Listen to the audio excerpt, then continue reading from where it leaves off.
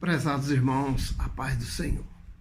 Estamos aqui hoje para fazer a nossa lição correspondente ao a quinta-feira da semana, referente à lição 4, do dia 23 de outubro de 2022.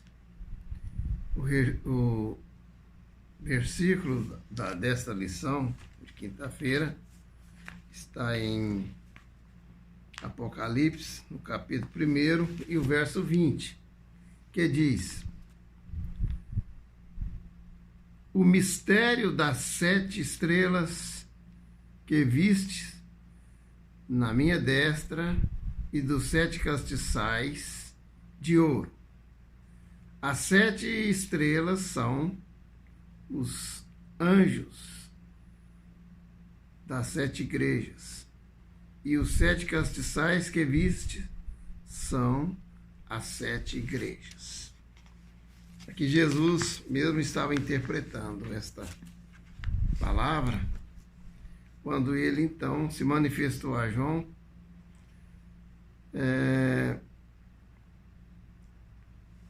revelando-se na sua glória, na sua forma celestial. Aqui, a partir do verso 13 do primeiro capítulo, o Senhor apareceu a João no meio de 7 castiçais, que ele explicou aqui que os castiçais significa as igrejas, as 7 igrejas da Ásia, e as 7 estrelas, que foi explicitado aqui também, nesse versículo 1 e 20, que são 7 anjos da igreja. Então Jesus, ele se manifestou tendo a sua cabeça branca como a lã. Isso aí nós sabemos que fala sobre a eternidade. E os seus olhos como chama de fogo. Nós já vimos que são aquele olhar que penetra no juízo, que sonda o profundo do coração do homem.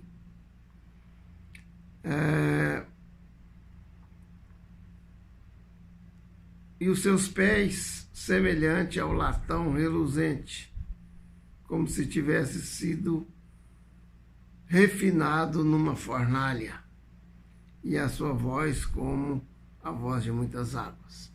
Então, os pés, como latão reluzente, temos por entendimento que seja calçado os pés no Evangelho da Paz, né?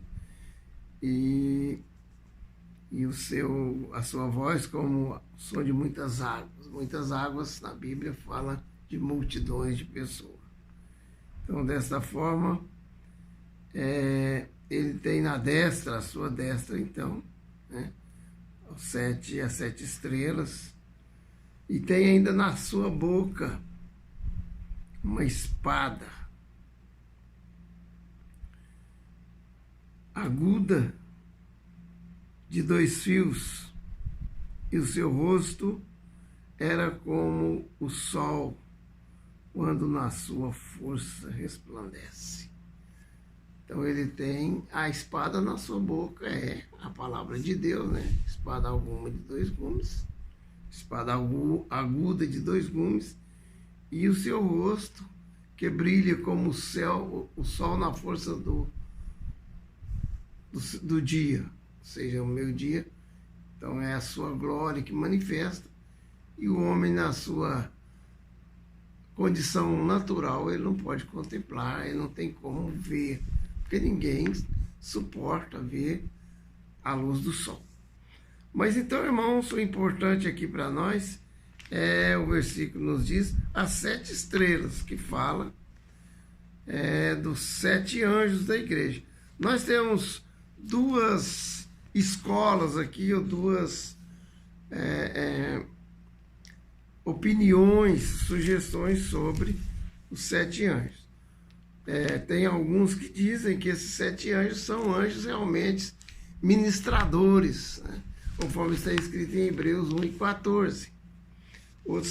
Tem outras referências aqui no Salmo 34, né? 34, que diz que o anjo do Senhor acampa ao redor dos que o temem e os livra. Vemos lá em Gênesis, no capítulo 32, que Jacó se deparou com uma multidão de anjos, um exército de anjos. E ele chamou, então, de aqueles exércitos de anjos. Ele chamou de Manaim, né? E ele também aqui nos revela em vários lugares aqui, Mateus capítulo 18 e o 10, diz assim: vede, não desprezei alguns desses pequeninos, porque eu vos digo que os seus anjos nos céus sempre veem a face do meu Pai que está no céu. Mas, irmãos, aqui é uma linha de pensamento, né? Que seriam talvez anjos mesmos que cuidassem da igreja, anjos, seres celestiais.